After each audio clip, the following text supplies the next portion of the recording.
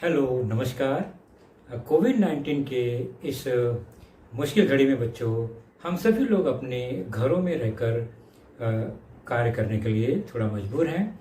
लेकिन मुंबई महानगर पालिका ने आपको घर बैठे ही पढ़ाने या यूँ कहें अध्ययन करने का एक मौका दिया है, जो कि हमारे महानगर पालिका के चैनल द्वारा आपको वीडियो के रूप में लेसन प्रसारित किया जाएगा। और उस लेसन के जो विषय हैं वो आपके स्क्रीन पर दिखाई देंगे और उसके टॉपिक भी आपको स्क्रीन पर ही दिखाई देंगे। तो चलिए शुरू करेंगे हम आज का अपना लेसन।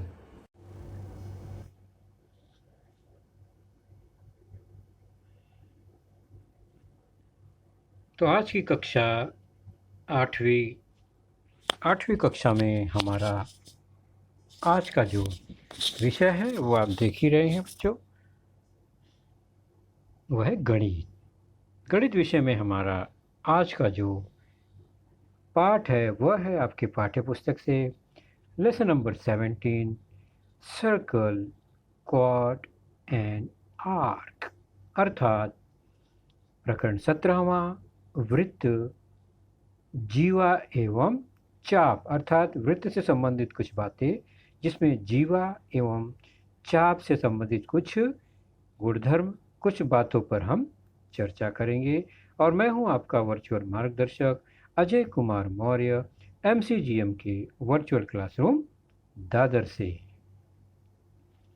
तो सबसे पहले वृत्त से संबंधित कुछ बातें जो हम जानते हैं, पिछली कक्षाओं में जिसे हमने जाना है, उसी जानकारी को लेकर हम इस कक्षा में अपने घटक को आगे बढ़ाएंगे।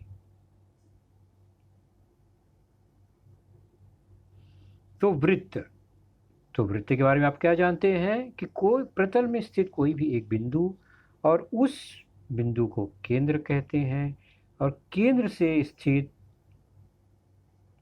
किसी एक दूरी पर, किसी समान दूरी पर स्थित जितने भी बिंदु हैं, जैसे यहाँ पर O से OA दूरी पर एक बिंदु A है, वैसे ही OA दूरी पर केंद्र O से उसके चारों ओर बहुत सारे असंख्य बिंदु हो सकते हैं। तो इसे हम इस दूरी को त्रिज्या कहते हैं, और जो असंख्य बिंदु हैं उनके समूह से बनने वाली आकृति जो आप देख रहे हैं यहाँ डॉट लाइन में और फिर ये रेड लाइन में, इस आकृति को वृत्त, सर्कल कहते हैं। तो ये वृत्त है, आपने इसे जाना है। तो वृत्त में एक केंद्र बिंदु होता है जो उसके ठीक मध्य में होता है, और वो अकेला होता है, इकला होता है। तो वृत्त का केवल एक केंद्र बिंदु होता है। यहाँ पर हमने नाम O दे दिया है, और जिस दूरी पर वे वृत्त के सारे बिंदु हैं उसे त्रिज्या कहते हैं, उस दूरी को त्रिज्या कहते हैं। और इस तरह से अनेक त्रिज्याएं होती है। हर बिंदु से, वृत्त पर स्थित हर बिंदु और केंद्र को जोड़ने वाला जो भी रेखाखंड है वो त्रिज्या ही कहलाती है। तो OA एक त्रिज्या है। उसी प्रकार वृत्त पर स्थित कोई अन्य बिंदु, मान लीजिए B है, तो OB भी एक त्रिज्या ही है। उसी प्रकार हम देखेंगे ऐसे असंख्य बिंदु हैं तो असंख्य त्रिज्याएं हो सकती हैं। तो मान लीजिए एक बिंदु P है तो OP भी क्या है, त्रिज्या ही है। उसी प्रकार कोई एक बिंदु मान लीजिए Q है तो OQ जो ये रेखा है वह भी क्या है, एक त्रिज्या ही है। तो यहाँ पर हम चार बिंदु देख रहे हैं, A, B, P, Q।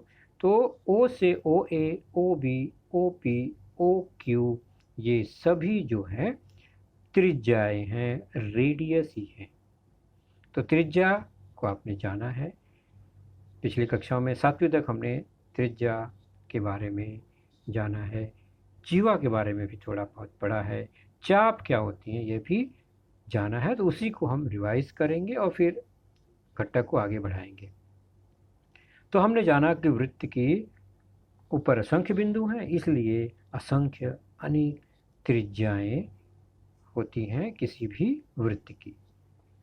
तो वृत्त से संबंधित बातों में ओ केंद्र वाला यह वृत्त। अब वृत्त पर असंख्य बिंदु हैं, तो उन दो बिंदुओं को जोड़ने वाला जो रेखाखंड है, किसको? वृत्त पर जो दो बिंदु हैं, कोई भी दो बिंदु को मिलाने पर कुछ इस तरह से रेख या रेखाखंड बनेंगे। मान लीजिए एक बिंदु R, एक बिंदु S, उनको मिलाने वाला रेखाखंड RS। उसी प्रकार T और U, ये दो बिंदु हैं, इनको मिलाने वाला रेखाखंड TU। ऐसे बहुत सारे बिंदु हैं और उनको जोड़ने वाले ये सभी रेखाखंड, छोटे बड़े, लंबाइयाँ अलग अलग। तो TW, ये सब जो रेखाखंड आप देख रहे हैं उनके अंत बिंदु वृत्त पर हैं। इन्हें कहते हैं वृत्त की जीवाएं, कॉर्ड ऑफ अ सर्कल। आप देख रहे हैं जीवाएं सब समान लंबाई की हो, ये कोई ज़रूरी नहीं है, अलग अलग लंबाइयों की हो सकती है। तो वृत्त की असंख्य अनेक जीवाएं होती हैं। वैसे हमने पहले देखा वृत्त की अनेक त्रिज्याएं होती हैं। फर्क इतना है, त्रिज्या जो है वृत्त के केंद्र से वृत्त पर स्थित बिंदु के बीच की दूरी या वह रेखाखंड है, और सभी त्रिज्याओं की लंबाई समान होती है। जीवाएं अलग अलग लंबाइयों की हो सकती हैं। तो वृत्त की जो सबसे बड़ी जीवा होगी उसे हम व्यास कहते हैं, और वो व्यास यानी वो सबसे बड़ी जीवा वृत्त के केंद्र से होकर जाएगी। जैसा कि आप आकृति में देख रहे हैं, यह लाल रंग की जो रेखाखंड है वह भी जीवा ही है, क्योंकि यह वृत्त पर स्थित दो बिंदुओं को जोड़ने वाला रेखाखंड है, लेकिन केंद्र से जा रहा है, एकदम बीचों बीच जा रहा है, तो सबसे बड़ी वाली है ये। तो इस जीवा को व्यास कहते हैं। तो व्यास भी एक जीवा ही है। फर्क इतना है कि यह केंद्र से होकर जाता है और इसकी लंबाई यानी सभी व्यास की लंबाई, एक वृत्त के सभी व्यास की लंबाई समान होती है। जब हम जीवा की बात करेंगे तो हर जीवा व्यास नहीं हो सकता, लेकिन हर व्यास जीवा होता है और हर व्यास समान लंबाई का होता है किसी एक वृत्त के लिए, और यह वृत्त के केंद्र से होकर जाता है। तो वृत्त की सबसे बड़ी जीवा व्यास है। और कितने व्यास हो सकते हैं? तो वृत्त पर स्थित दो बिंदुओं को मिलाने वाला रेखाखंड जो कि केंद्र से होकर जाए वो व्यास है, और असंख्य बिंदु होने के कारण ऐसे असंख्य रेखाखंड या जीवा बनेंगे जो कि केंद्र से होकर जाएंगे, तो वह व्यास होंगे। तो कितने व्यास होंगे? असंख्य अनेक व्यास होते हैं किसी भी वृत्त के लिए। तो यहाँ रेख MN, रेख LK, रेख YZ, ये सभी क्या हैं? जीवाएं हैं, चूँकि केंद्र से होकर जा रही हैं, इसलिए ये सभी व्यास भी हैं। तो इन्हें हम व्यास कहते हैं। ये जो जीवा है ये सब व्यास हैं। असंख्य अनेक व्यास होते हैं, और वृत्त के सभी व्यास, किसी भी एक वृत्त के लिए सभी व्यास की लंबाई समान ही होती है। तो व्यास के बारे में जाना, त्रिज्या के बारे में जाना, जीवा के बारे में जाना हमने। अब देखते हैं यह एक वृत्त, उसका केंद्र O, और केंद्र से कुछ दूरी पर स्थित,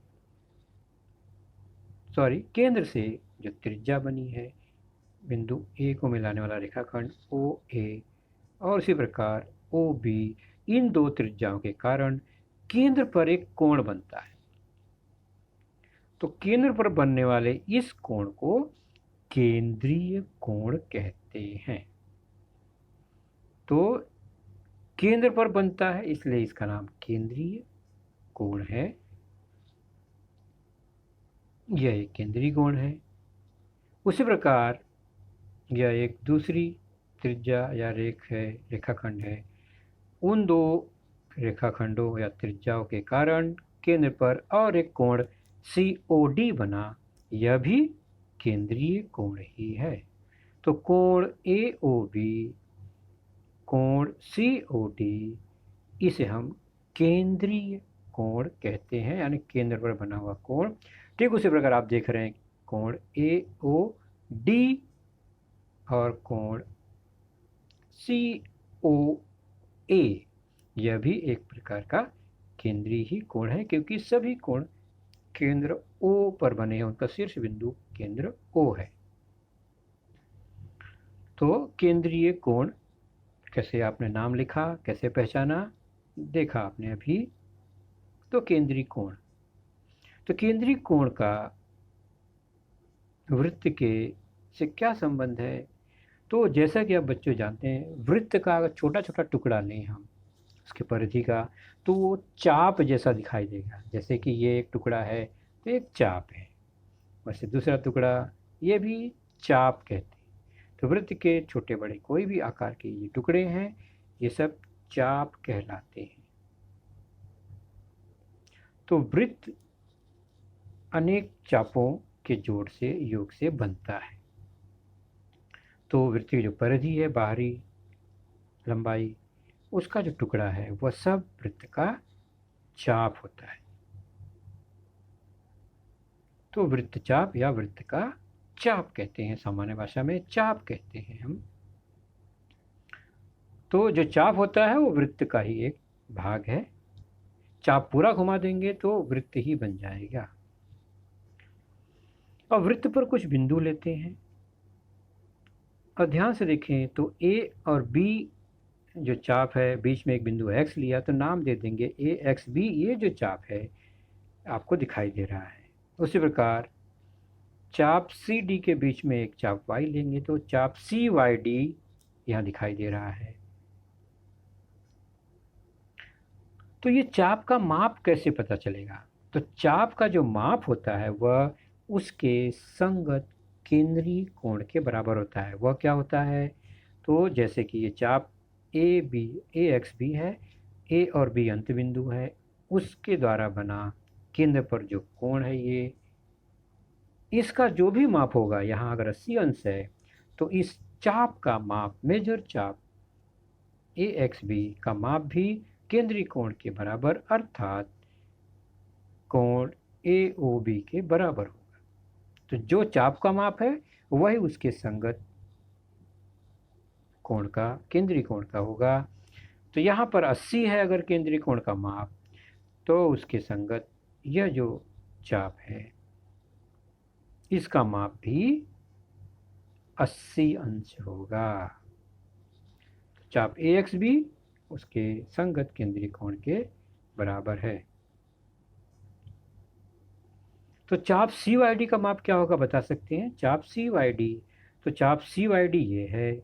इस चाप का माप क्या होगा? तो इस चाप के अंत बिंदु से केंद्र पर बना जो कोण होगा, केंद्रीय कोण, मान लीजिए यह कोण बना और इसका माप 45 अंश है, तो चाप CYD का माप भी 45 अंश ही होगा। तो चाप का माप उसके संगत केंद्रीय कोण के माप के बराबर होता है, ये ध्यान रखेंगे।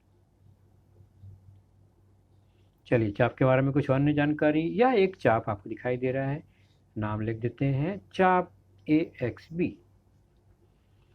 और दूसरा एक चाप देखते हैं। तो अभी हमने देखा चाप का माप संगत केंद्रीय कोण के बराबर होता है। अब चाप AXB का माप कितना होगा? मान लीजिए ये 80 है, हमने माना ये, तो चाप AXB का माप भी 80 होगा।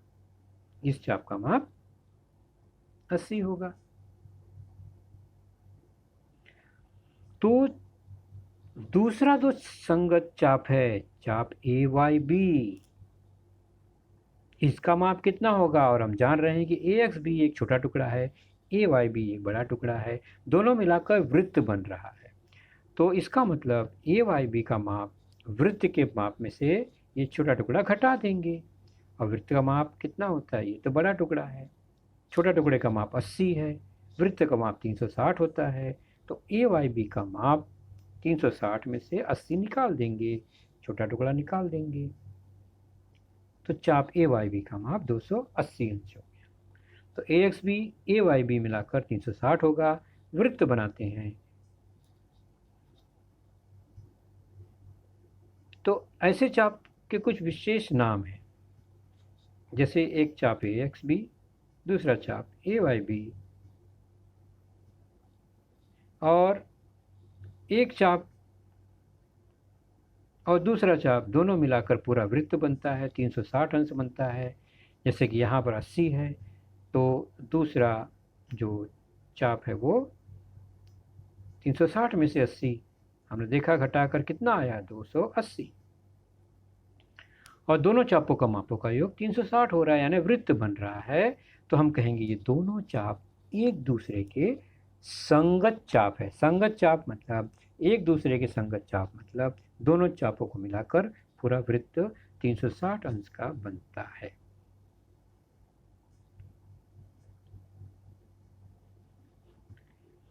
अगली जानकारी देखते हैं, वृत्त।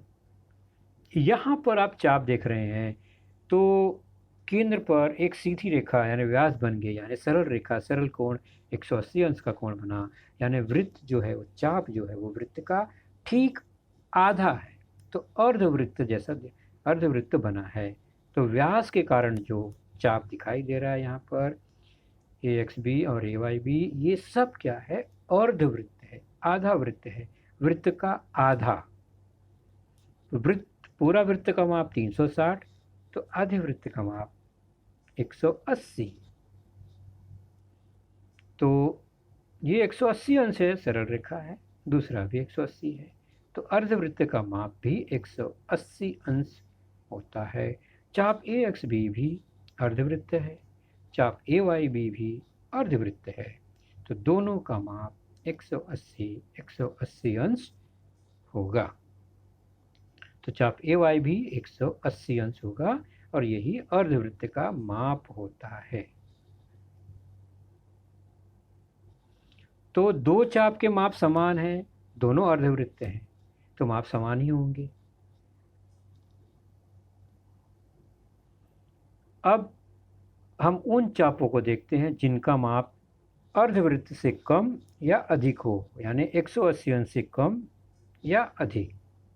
तो जिसका माप 180 अंश से ज़्यादा होगा वो दीर्घ चाप कहलाएगा, जिसका माप 180 अंश से कम होगा वो लघु चाप कहलाएगा। यहाँ पर निरीक्षण से पता चल रहा है कि चाप ए एक्स बी जो है बड़ा है, यानी वह 260 अंश है अगर, तो वह 180 से ज़्यादा है, तो दीर्घ चाप है। इसका मतलब ए वाई बी कितना हुआ, अगर ए एक्स बी 260 है तो ए वाई बी 80 ही होगा, सॉरी 100 होगा, क्योंकि दोनों मिलाकर 360 होना है। ए वाई बी 100 है मतलब 180 से कम है, और अगर 180 से कम है तो उसे हम कहते हैं लघु चाप। क्या कहते हैं, लघु चाप। ए वाई बी यहाँ पर 100 अंश है तो लघु चाप है। तो दो चाप जिनको जोड़कर वृत्त बन गया वे एक दूसरे के संगत चाप हैं। तो दीर्घ चाप का संगत लघु चाप दोनों को मिलाने पर पूरा वृत्त बनता है। तो लघु चाप और उसका संगत दीर्घ चाप दोनों मिलाने पर एक वृत्त बन जाएंगे, और माप होगा 360 अंश। उसी प्रकार दीर्घ चाप धन संगत लघु चाप वो भी 360 ही होंगे। तो कोई भी लघु चाप है तो उसका संगत दीर्घ चाप दोनों को जोड़ने पर 360 अंश होता है, पूरा वृत्त बनता है। अगला है प्रॉपर्टी। अब देखेंगे हम इस 8वीं कक्षा का जो घटक है वह है वृत्त की जीवा का गुणधर्म, properties of chord of a circle. तो जीवा तो हम जानते हैं, उसके कुछ विशेष गुणधर्म को हम देखेंगे। सबसे पहले जीवा देखते हैं क्या है। तो जीवा यह एक वृत्त का केंद्र O और उस पे दो बिंदु ए बी है, तो यह है रेख ए बी जो कि वृत्त की जीवा है। अब केंद्र से अगर जीवा पर हम लंब खींचे मतलब समकोण बनाए, तो उस जीवा का क्या होगा। तो हमने अगर ओ से जीवा पर लंब खींचा और नाम दिया ओ पी, तो लंब खींचने पर जो बिंदु मिला पी, उस पी से जीवा ए बी में क्या परिवर्तन हो रहा है? तो रेख ओ पी जो है जीवा ए बी पर लंब हमने खींचा, तो हमें क्या गुणधर्म मिलता है? हमें गुणधर्म मिलता है कि ये जो ए पी और पी बी दो टुकड़े बने, उनकी लंबाई समान है। देख रहे हैं फिर से, तो ए पी और पी बी ये दो टुकड़ा है, इनके माप को अगर चेक करें, सामने सामने रखें, तो दोनों की लंबाई समान दिखाई दे रही है। हम विभाजक द्वारा भी चेक करके देखते हैं। ये एक विभाजक है, इसके द्वारा ए पी और पी बी की लंबाई मापते हैं। विभाजक रखा हमने ए पर और उसको माप के देखते हैं। ये पी हो गया, ए पी जितना ये चौड़ा हमने विभाजक खोल दिया। अब इसको घुमाकर देखते हैं क्या वह बी तक पहुंचता है। बिल्कुल। तो जितनी लंबाई ए पी की है,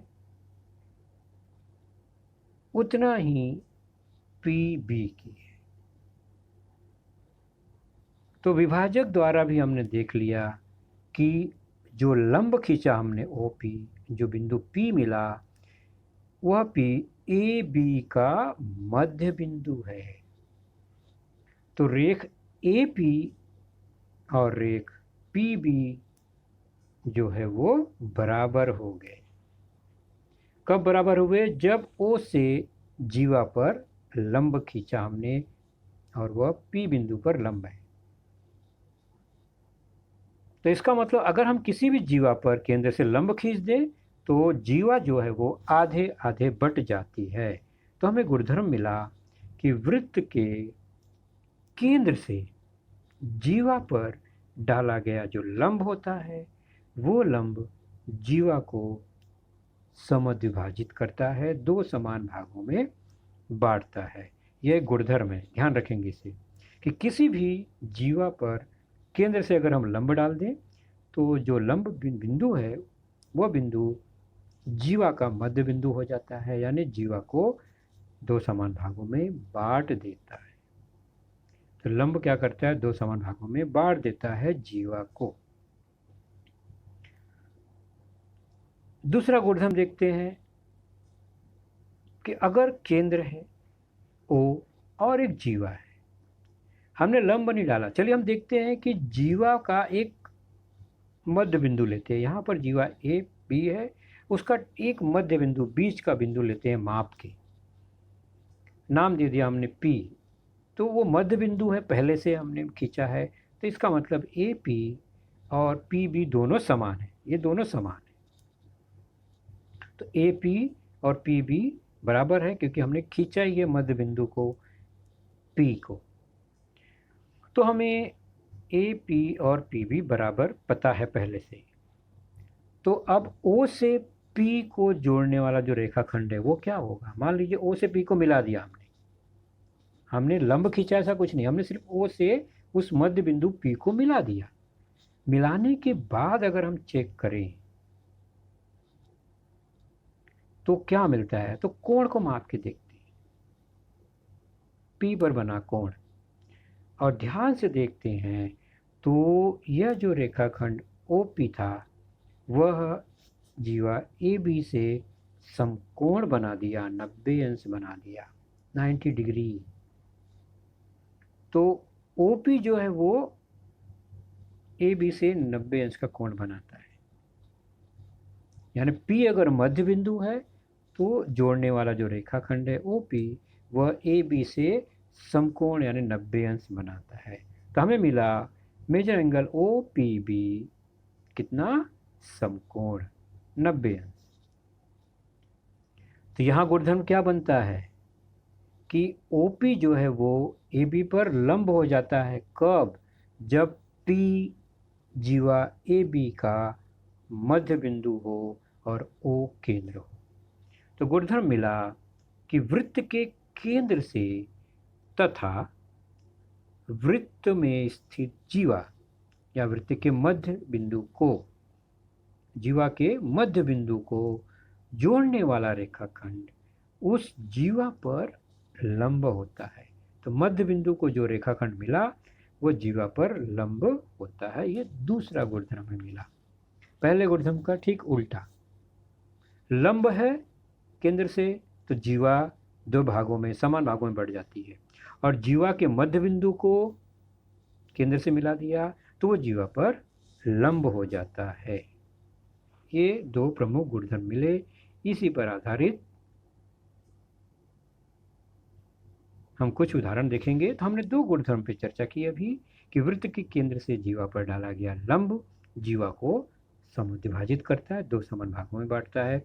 ठीक उसका उल्टा कि वृत्त के केंद्र से जीवा को मध्य बिंदु को मिलाने वाला रेखाखंड जीवा पर लंब होता है। ये दो गुणधर्म, विशेष गुणधर्म हमने देखा। अब हम इन्हीं दो गुणधर्मों पर आधारित कुछ उदाहरण देखते हैं और उसे हल करते हैं। ओ केंद्र वाले वृत्त में जीवा पी क्यू की लंबाई 7 सेंटीमीटर है। तो यह एक वृत्त है, ओ केंद्र है, जीवा पी क्यू है, ऐसा प्रश्न में कहा गया है, और उसकी लंबाई है 7। आगे क्या है प्रश्न में, रेख ओ ए जो है वो जीवा पी क्यू पर लंब है। तो ओ से ए, तो एक बिंदु, एक लंब खींचते हैं, बिंदु का नाम ए, ये लंब है। अब ए पी की लंबाई ज्ञात करनी है, यानी जीवा के टुकड़े यानी आधा जो है वो ए पी, उसकी लंबाई हमें ज्ञात करनी है। तो बहुत सिंपल सी बात है कि ओ ए जो है पी क्यू पर लंब है, बराबर, यानी जीवा पर लंब है, और जीवा पर डाला गया लंब जीवा को क्या करता है, दो भागों में बांटता है, दो समान भागों में बांटता है, यानी ए जो है वो पी क्यू का मध्य बिंदु है। अब पी क्यू मध्य बिंदु है और पी क्यू 7 सेंटीमीटर है, तो पी ए क्या होगा, पी क्यू का आधा, यानी 1/2 गुणे लेंथ पी क्यू। तो पी क्यू का आधा कितना होगा, 1/2 गुणे पी क्यू 7 है, तो यह हो जाएगा 3.5, 2 से काट देंगे तो ए पी जो है वो जीवा पी क्यू का आधा हो गया। 7 का आधा 3.5 या 3.5, इकाई है सेंटीमीटर, क्योंकि पी क्यू 7 सेंटीमीटर है। तो हमें लेंथ ए पी मिला 3.5 सेंटीमीटर। तो हमने गुणधर्म का इस्तेमाल किया, केंद्र से जीवा पर डाला गया लंब। तो बच्चों, आपने देखा आज का लेसन, उसके प्रमुख मुद्दों को ध्यान से बार बार दोबारा देखकर समझने का प्रयास कीजिए, क्योंकि एक बार देखने पर किसी को भी वो पूरा मुद्दा समझ में नहीं आता। तो जैसे ही हम 2 बार 3 बार देखेंगे तो हमें वह समझ में आने लगेगा। और इसके आगे की जानकारी जो होगी बच्चों, वह निश्चित ही हमारे अगले वीडियो में होगी। तो उस वीडियो को देखने के लिए, उसकी सूचना प्राप्त करने के लिए जो नीचे सब्सक्राइब का बटन होता है उसे ज़रूर प्रेस कीजिए और नोटिफिकेशन ऑन रखिए, ताकि जैसे ही हमारा लेसन चैनल पर डाला जाएगा आपको वह तुरंत प्राप्त होगा। तो अपना ख्याल रखिए, सुरक्षित रहिए। Thank you.